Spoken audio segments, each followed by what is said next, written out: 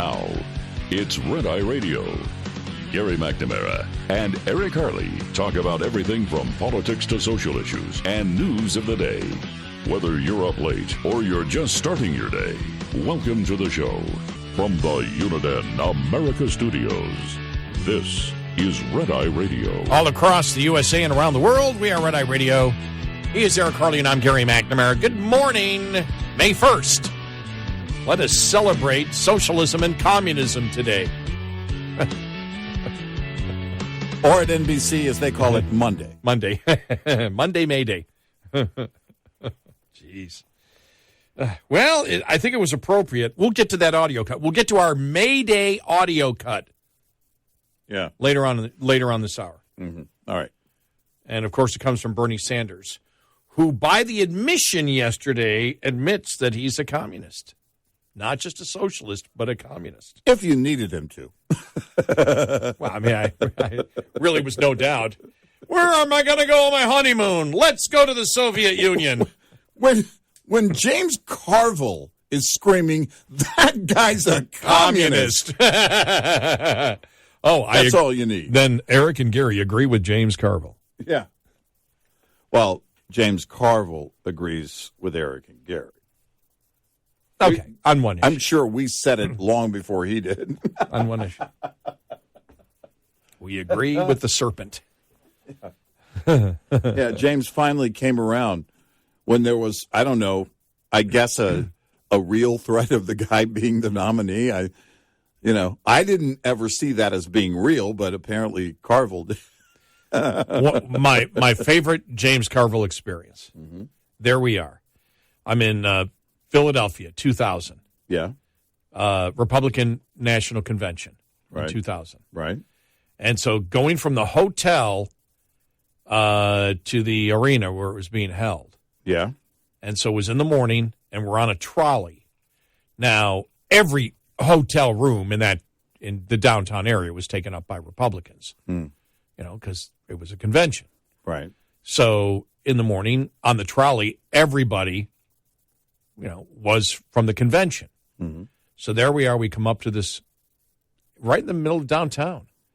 And there walking across the street is James Carville holding hands with his, at that time, young daughter.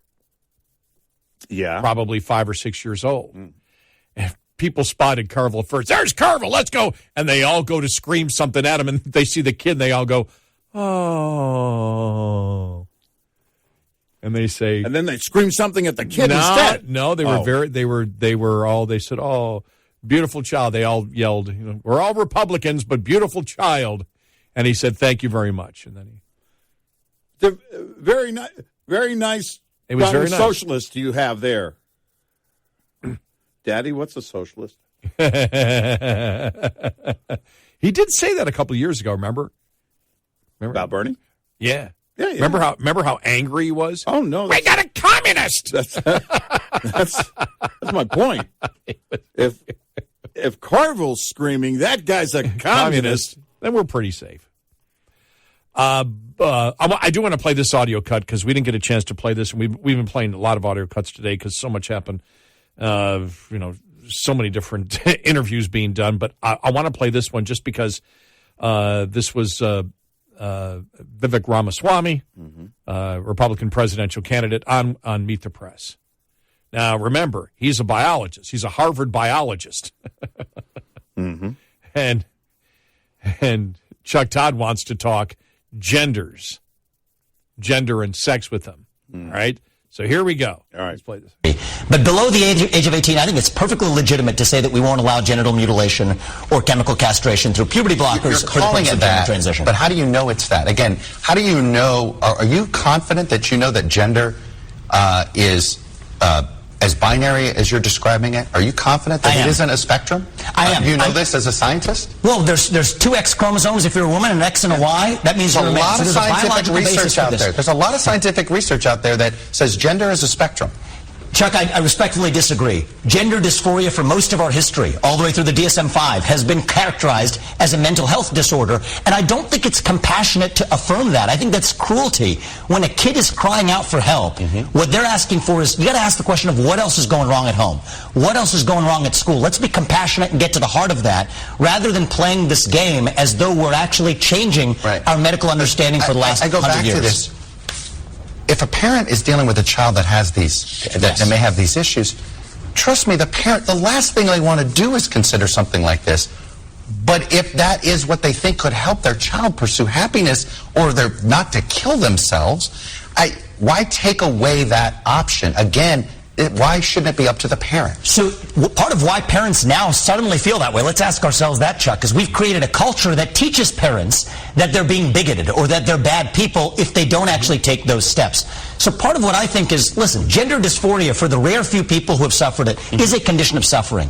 My question is, why on earth are we going out of our way to create even more of it? And there's no doubt that the cultural movement in this country, even education, is creating more gender dysphoria. If it's a condition of suffering, let's not create more of it. That's what we're doing. There you go. Good answer. Well, and why in the world would we as a society allow something to happen that can't be reversed now at such a young age? And the one thing, and I don't know if Ramaswamy knew where Chuck Todd was going, and I did. Chuck Todd was trying to have it both ways. He's living the old explanation. Remember, 10 years ago, the liberal, radical, transgender activist movement said gender and sex was separate. So gender could be on a spectrum even if sex was not. And that's what he was, I believe that's what Chuck Todd was arguing. Now, that is no longer, somehow that magically changed. Now, we had argued years ago, no, gender and sex are the same.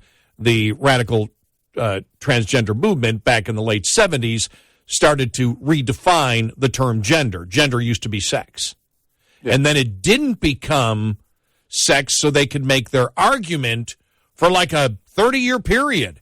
And all of a sudden, I don't know, because we never got the memo, it changed when there was an absolute, the absolute coming from the left that biological males should compete with biological females.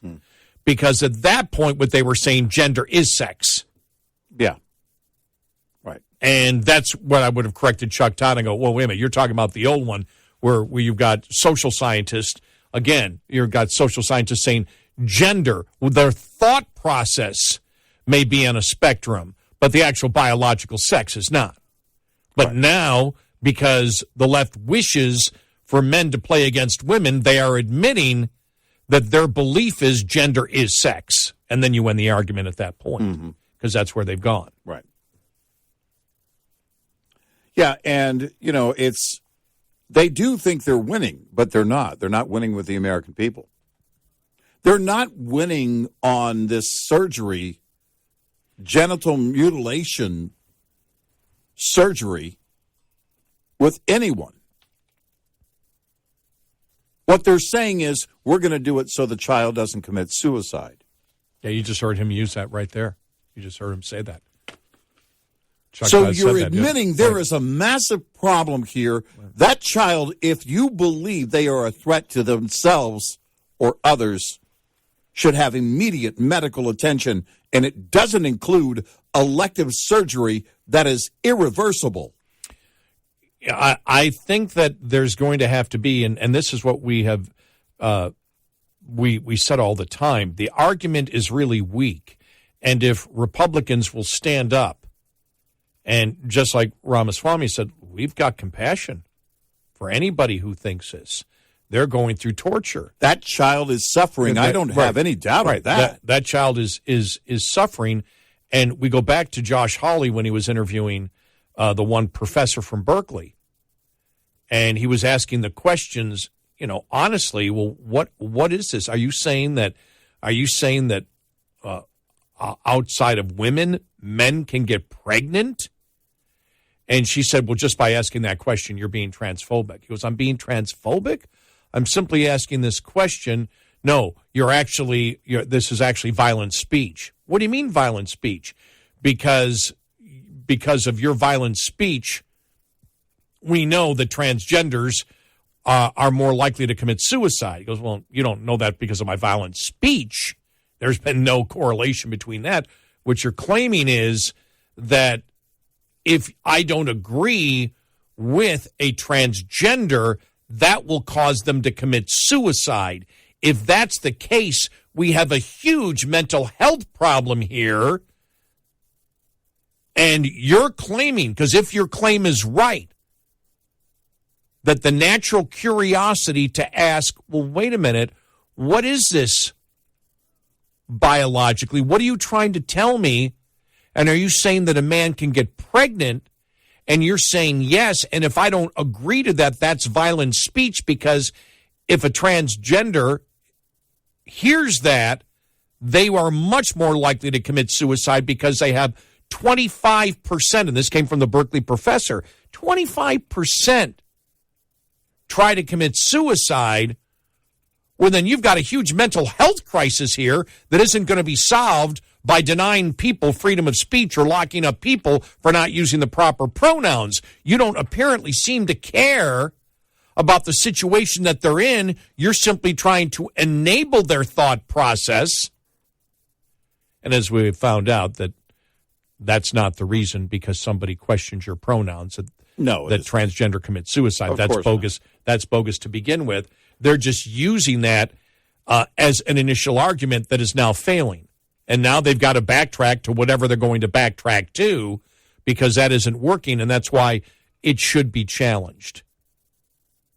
It should be challenged. And it's with that type of suicide rate, as stated by the radical transgender activist movement as part of their defense, shows serious mental health problems that need to be addressed. And enabling their thought, to me, is not the way to do that. They need a lot more professional help than I could ever grant them. But it doesn't seem like the left has any interest in actually helping them. Well, they call it gender affirmation. But you're not affirming right now what I think is the biggest threat to that individual. And it's suicidal thought. Right. That's what you're ignoring that completely. You're not affirming. What you're not affirming is the mental health crisis. No, it's a great point. What you're saying is there's a suicide problem here, but we're not going to address that.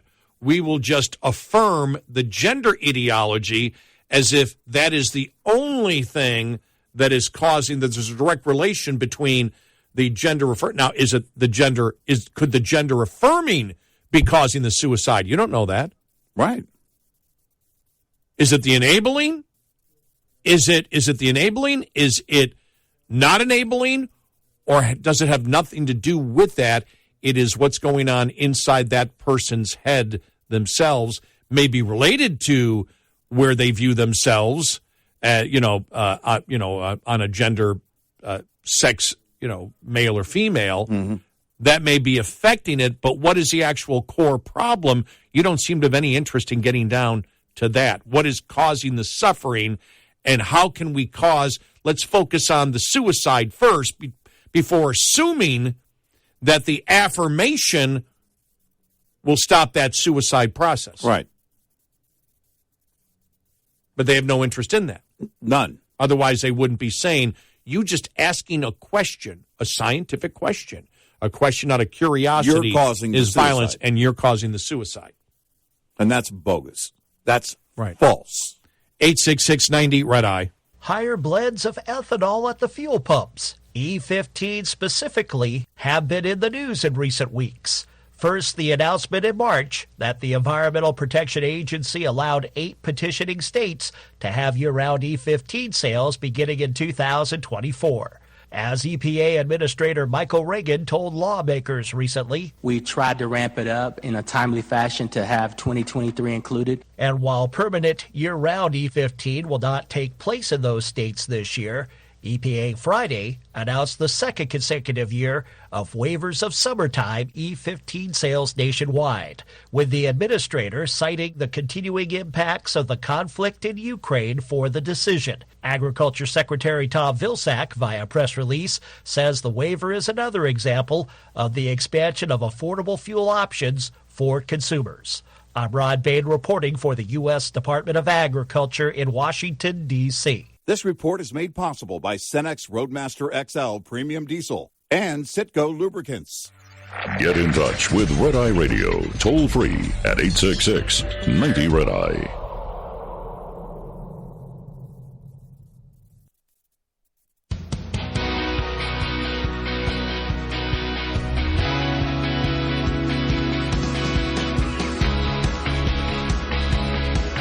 It's Red Eye Radio. He's Eric Harley, and I'm Gary McNamara. The other thing is there seems to be no concern from the radical liberal transgender activist movement or Democrats on the so-called, quote, gender-affirming care, as we've called it, at times irreversible body mutilation. Mm-hmm.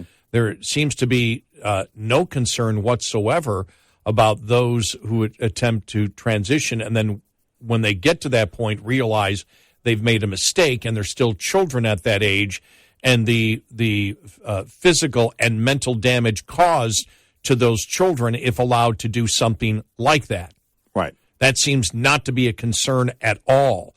And so what I liked about Ramaswamy is the entire thing is if you don't debate the other side, you're never going to make your message clear, which is there's no such thing as transphobia. There's no such thing as the transgender genocide that they say is going on. That's all make-believe.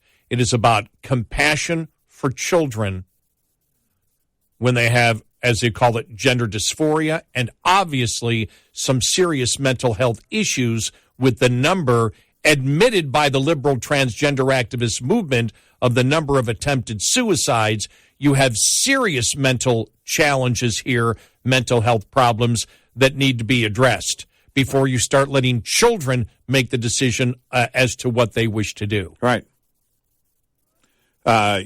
Because we as a society cannot let children or any adult for a child make a decision that is irreversible. Irreversible at that age. No, absolutely not. So, and every other discussion with parents and doctors and everything else, as long as it's not reversible, I don't have a place in. That's between those parents, right, the children, right, the doctors, and the professionals for every single case. That is not my place or anyone else's.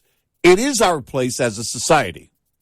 When you have adults saying, we're going to ignore the mental health issue and we're going to campaign for something that is irreversible that child may, as an adult, later regret. When we are not medical doctors and we really don't understand what's going on, and medical doctors really don't understand what's going on, and the huge suicide rate is a very, very serious situation that you need to contemplate before you allow irreversible surgery or any type of chemical treatment that affects both the mind and the body.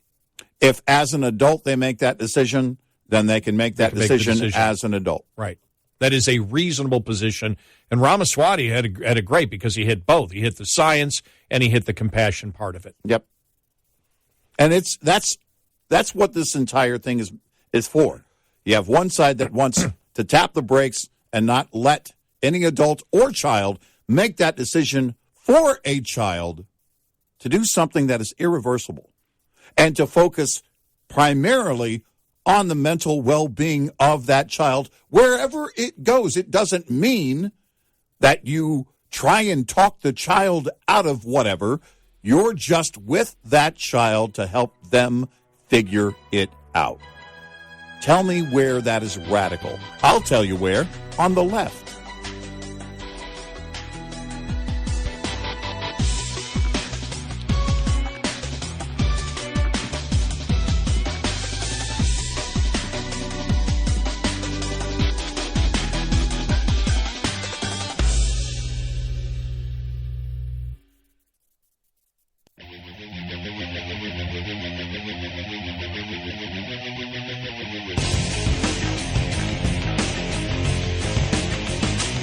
On your smart speaker, say, play Red Eye Radio.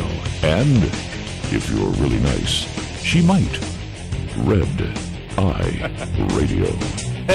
And remember, I saw this meme over the weekend. Without freedom of speech, we would not know who the idiots are.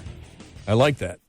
Yeah. And that's really exactly. true. I mean, that's why we believe in freedom of speech. We want the left. And we've stated this to anybody who's on that, that tightrope going, I don't know which way to go. I don't know if I'm on the right or the left. Understand who wants to shut everybody up and ask yourself why. Right. Why would they be afraid to debate? Why do they not want to have the argument? And we bring that up for the liberal transgender activist movement because we say that all the time. No, we can't have a discussion on it. Well, of course we can have a discussion. Yeah, we have a discussion on everything. There isn't anything that we don't discuss. So in a free society, except religion and politics. Now, I'm sorry, that's personal. In the arena of ideas, everything is open. Oh, I know what I wanted to say. Yeah. Great moment over the weekend. Mm-hmm. So I just went shopping, wasn't sure what I wanted. When I was done, the plastic bags, because I was at the self-checkout, because that way I don't have to, socialize with anybody. Right. My preferred way. And put, 3 bags full of stuff, $49.75. It's the first time I've been grocery shopping that I have been under the $50 margin, or $50 point. Oh, yeah. And so I was very excited. I was so excited I put it on social media, and a lot of people complained that probably it wasn't a healthy diet if it was beneath $50. Yeah. Yeah, only the junk is cheap. I don't know about that, though. One grocery store chain sent me this email last week. It was, I think it was on Thursday. And they were like, well, here's some coupons that basically it's a digital coupon. So you can hit the button and then it'll be added to your account, right? Mm-hmm. Automatically. Then I started competing with the discount grocery stores, and I thought, wow, these actually are good coupons. I was like, this is actually, I hadn't realized, I don't know, it was probably 8 or 10 items on that list. And I thought, let me compare. Are they giving me a coupon that's going to make it as cheap as a Walmart or Target, or is it actually better? Are they being more competitive? They were being a lot more competitive, and I thought, okay, first of all, I didn't realize that those items, they weren't really things that I necessarily shop for. I was just curious about where the pricing was on things like that. And even one was a bag of chips, Doritos, a lot more expensive than I thought, even at a Walmart. I wouldn't, if you had me guess, and I was checking the size, the exact same thing on each, from each retailer. I didn't realize that so many of those items, I mean, I knew because we follow inflation numbers, but I had not compared like that in a long time. Yeah, compared individual product. From other retailers, right, and who's being competitive. And then I read the story where there are a number of now discount retailers who are getting a lot more competitive and looking to get, which they all do, more market share away from Walmart. And Walmart right now is focusing on their direct competitor, they believe, is Amazon, which is true. I have things that I subscribe to on Walmart. Just like you can on Amazon. Those things were delivered yesterday in a Walmart van that's just like the Amazon van. Wow. I have never seen it before. Usually it's, if you order like delivery, the same day delivery from Walmart and other retailers, it's somebody it's like a third party. It's somebody else who delivers it. Well, this is a subscription to a handful of items. And they sent me the notification, it's on the way, your driver's on the way. And I just thought it was going to be a normal type of delivery driver. And it was a Walmart van. Wow. Yeah. I'll have to start making price comparison points now. Yeah. Yeah, no, I was pleasantly surprised, and because I thought, okay, where is the competition? How much can retailers do to essentially mitigate the effect of inflation, right? And where are they competitive? And it's now, I don't know if I went in and filled a cart, all the same items outside of those coupons that were sent to me from the other retailer. If I went in and just got the things that I normally get, what would the price comparison be? I don't know. I didn't do that. But it was interesting and kind of refreshing to see that competition. I welcome that kind of competition. All right, competition. Commies don't like competition. Commies want the central planners to set the prices. We don't need, there's no reason to have dozens and dozens of different deodorants. No. All we need is one. Yeah. We're talking about Bernie Sanders. It is May Day. May Day is the day that communists and socialists celebrate. And over the weekend, Bernie Sanders was on with Chris Wallace and let us know that he is a full-fledged communist when he and Mr. Wallace had this conversation going back and forth. Sir, you're saying that billionaires should not exist. So are you basically saying that once you get to $999 million that the government should confiscate all the rest? I'm saying that we should go back to a very progressive tax policy like what we had under Dwight D. Eisenhower. Which would mean that over $1 billion, basically it all goes to the government. You may disagree with me, but I'm just asking. Fine. Yeah, I think people can make it on $99 million. Actually, people could make it on $10 million. Why not? If it's about what people can make it on, then why wait to $999 million? Well, I would say you can make it on $500,000. So, Bernie, now that you're a multimillionaire, would you agree? Yeah. I believe you only need one home. Bernie has, what was the latest, 3? Yeah. You don't need 3 homes. You only need one home.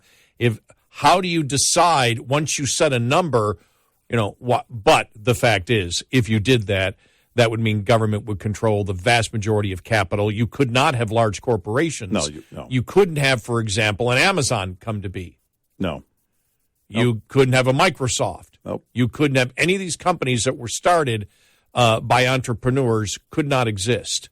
No, because the EV market would be gone. It would be the government basically controlled, right, which they would love. And that is, in essence, communism, when the government controls the capital, which means they control the means of production. And if you don't believe that definition is legit, go watch the Seinfeld episode. Are you a commie? Elaine asked. Are you a commie? Yes. Yeah. And then when she tried to tell him, she wanted to redress him, because he wore very boring colors of a communist. Right. And just because you're a communist doesn't mean you can't dress up. My favorite, though, the best part of that one was when Kramer was Santa Claus. Oh, yeah. And Elaine and her boyfriend came up, and he's all upset because the beard's itching him, and he wants to take a break, and he can't take a break, so he wants a union. And then the communist starts talking to him, and then Mickey, who is his elf, gets, take that commie crap to the streets. One of my favorite lines of Seinfeld.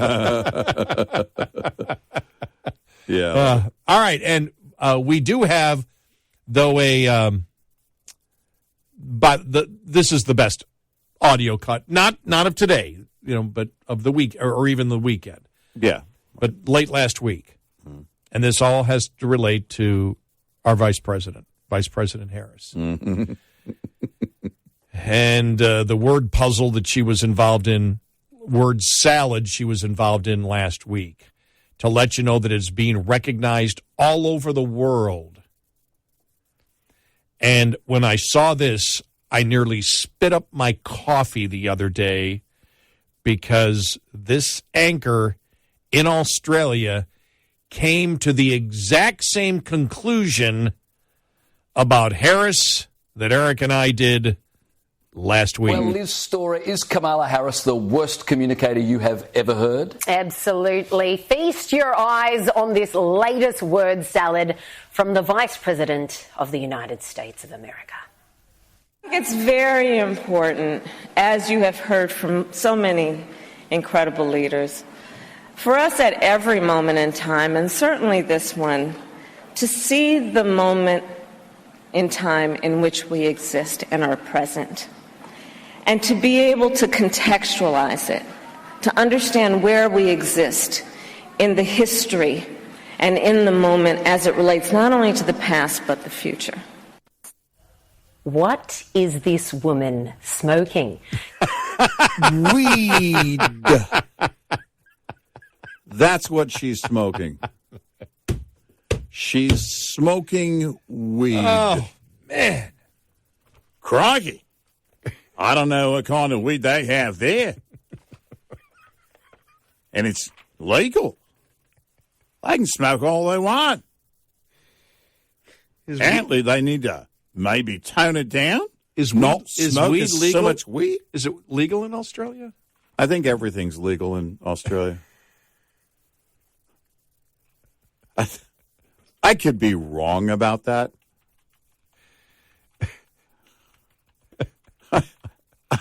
I might be. I'm looking slightly it up. off. I'm looking it up right now.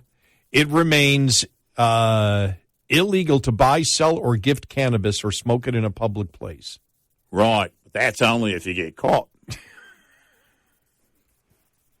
If you get caught with what cannabis, you got to do is you're going to die. Go in the outback. Remember, if you're ever bitten by a redback spider, or if you're ever caught with cannabis, you're going to die. She's been smoking weed. Man. You could do Crazy. You could do an Australian Beavis and Butthead. That would be great in Australia. Beavis and Butthead. Crikey.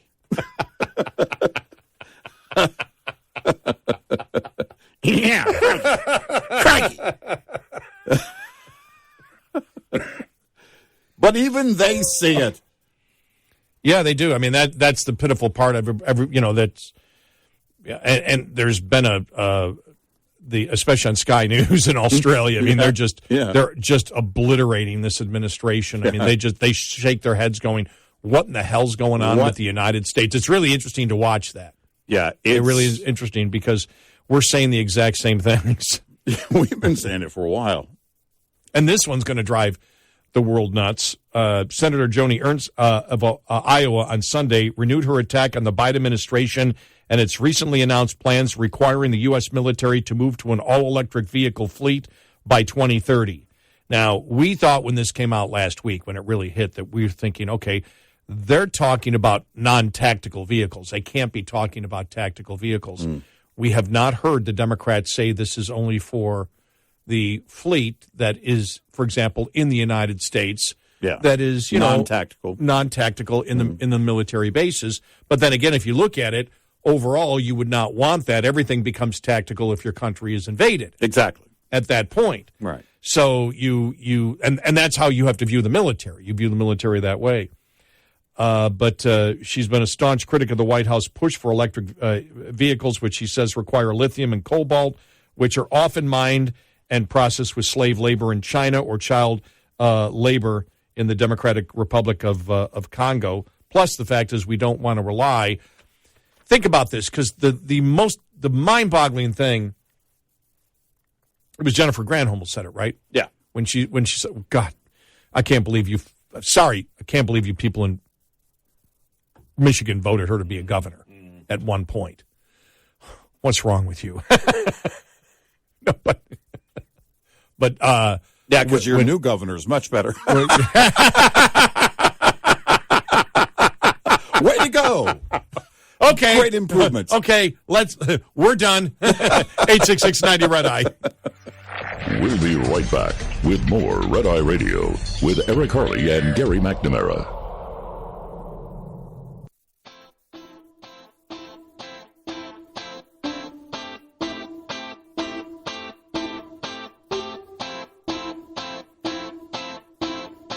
It's Red Eye Radio. He's Eric Harley, and I'm Gary McNamara. Just reading this headline here. How to watch the coronation and processions on Saturday, May 6th. No, I need the headline that says, how to avoid watching it because it will be everywhere. Well, why isn't Megan showing up?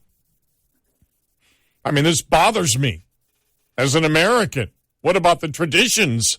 Saw the headline the other day that King Charles will not be speaking to Harry at the coronation. You guys, he left. He left. He and his wife left. They quit the family.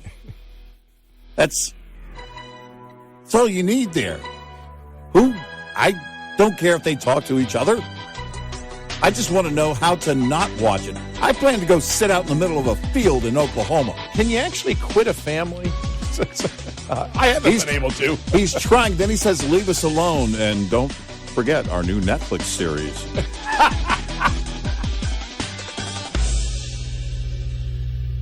This is Red Eye Radio on Westwood One.